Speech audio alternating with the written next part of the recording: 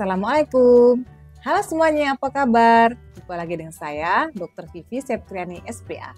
Saya adalah seorang dokter spesialis anak dan konselor menyusui.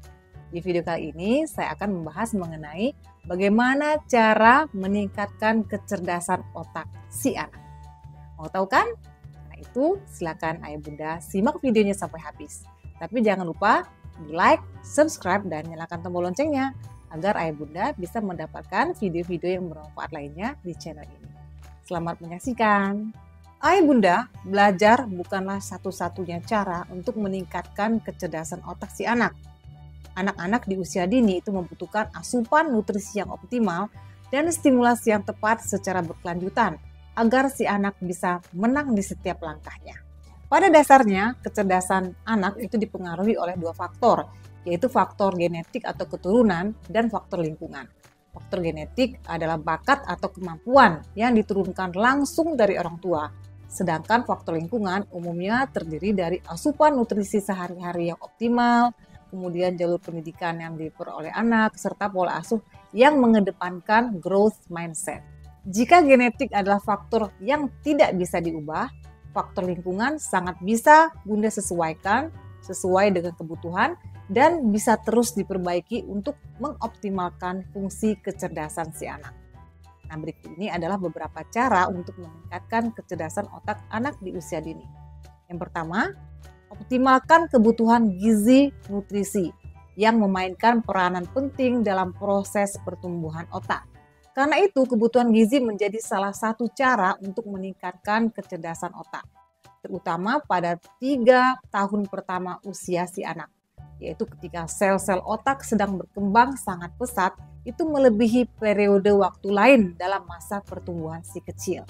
Semua jenis nutrisi itu penting untuk si anak, namun ada beberapa jenis gizi yang pernah dibuktikan secara klinis untuk meningkatkan kecerdasan otak, yaitu yang pertama adalah protein, terutama protein hewani ya bunda, seperti daging merah, daging unggas, seafood, telur, susu, produk olahan susu lainnya.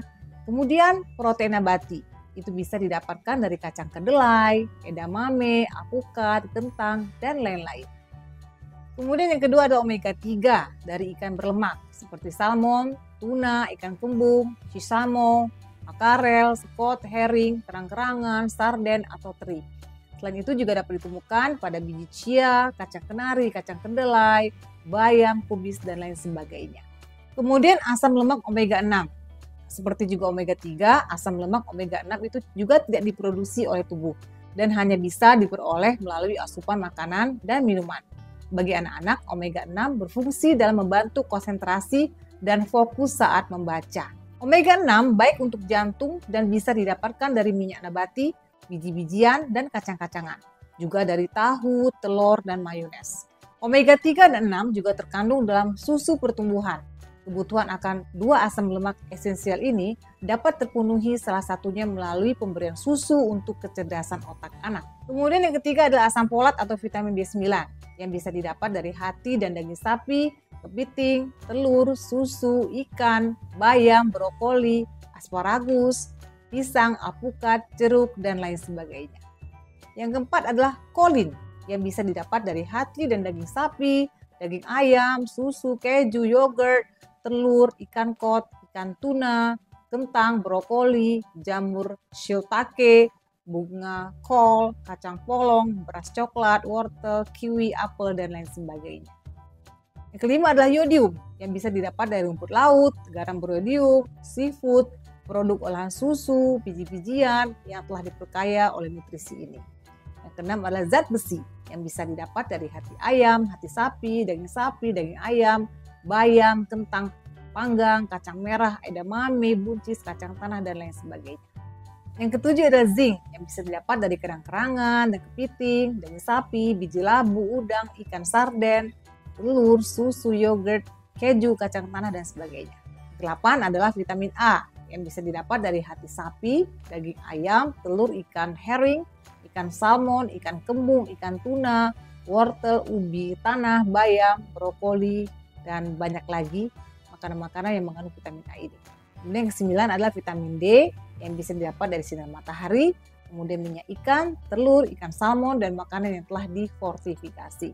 Yang ke-10 adalah vitamin B6 yang bisa didapat dari hati, jeroan sapi, ikan, kentang, jagung, ubi, kentang, dan buah-buahan lain selain kelompok jeruk. Ke-11 adalah vitamin B12 yang bisa didapat dari hati sapi, daging sapi, kerang-kerangan, ikan salmon, ikan tuna, susu, keju, yogurt, keju cheddar, telur, tempe, pisang, stroberi, dan sebagainya. Kemudian cara kedua untuk meningkatkan kecerdasan otak si anak yaitu menanamkan growth mindset. Jadi growth mindset atau I can do anything adalah pola pikir yang memandang kecerdasan atau kesuksesan adalah hasil dari usaha, dedikasi dan ketekunan yang berkelanjutan tanpa kenal menyerah. Yang ketiga adalah melibatkan anak untuk beraktivitas fisik. Jadi sejumlah penelitian mengungkapkan bahwa perkembangan kognitif anak sangat dipengaruhi oleh sistem imunitas.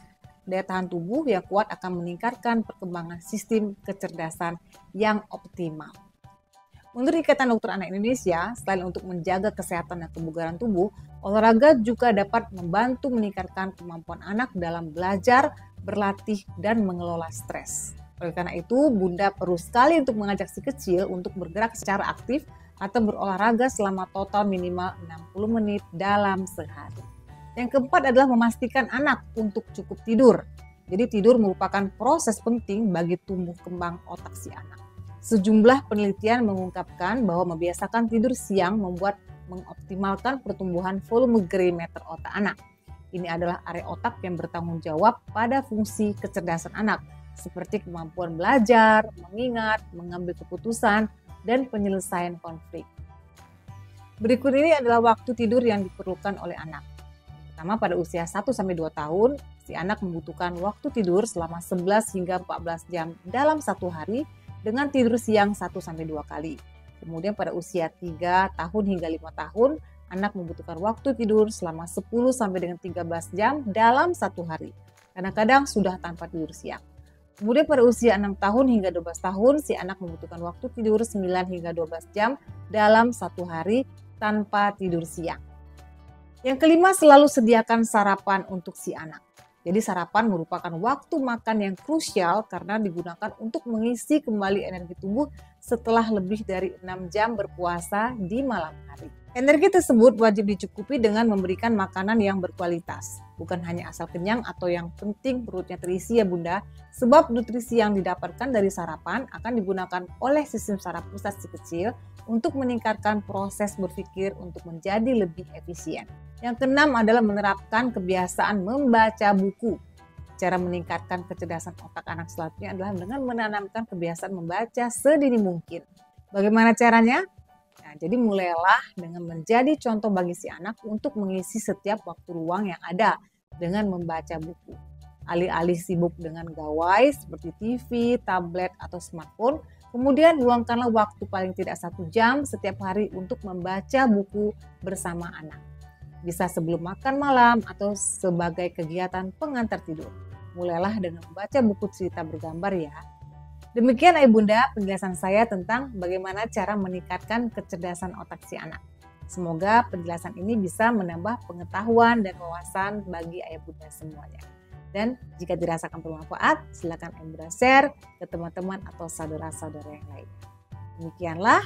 Assalamualaikum warahmatullahi wabarakatuh.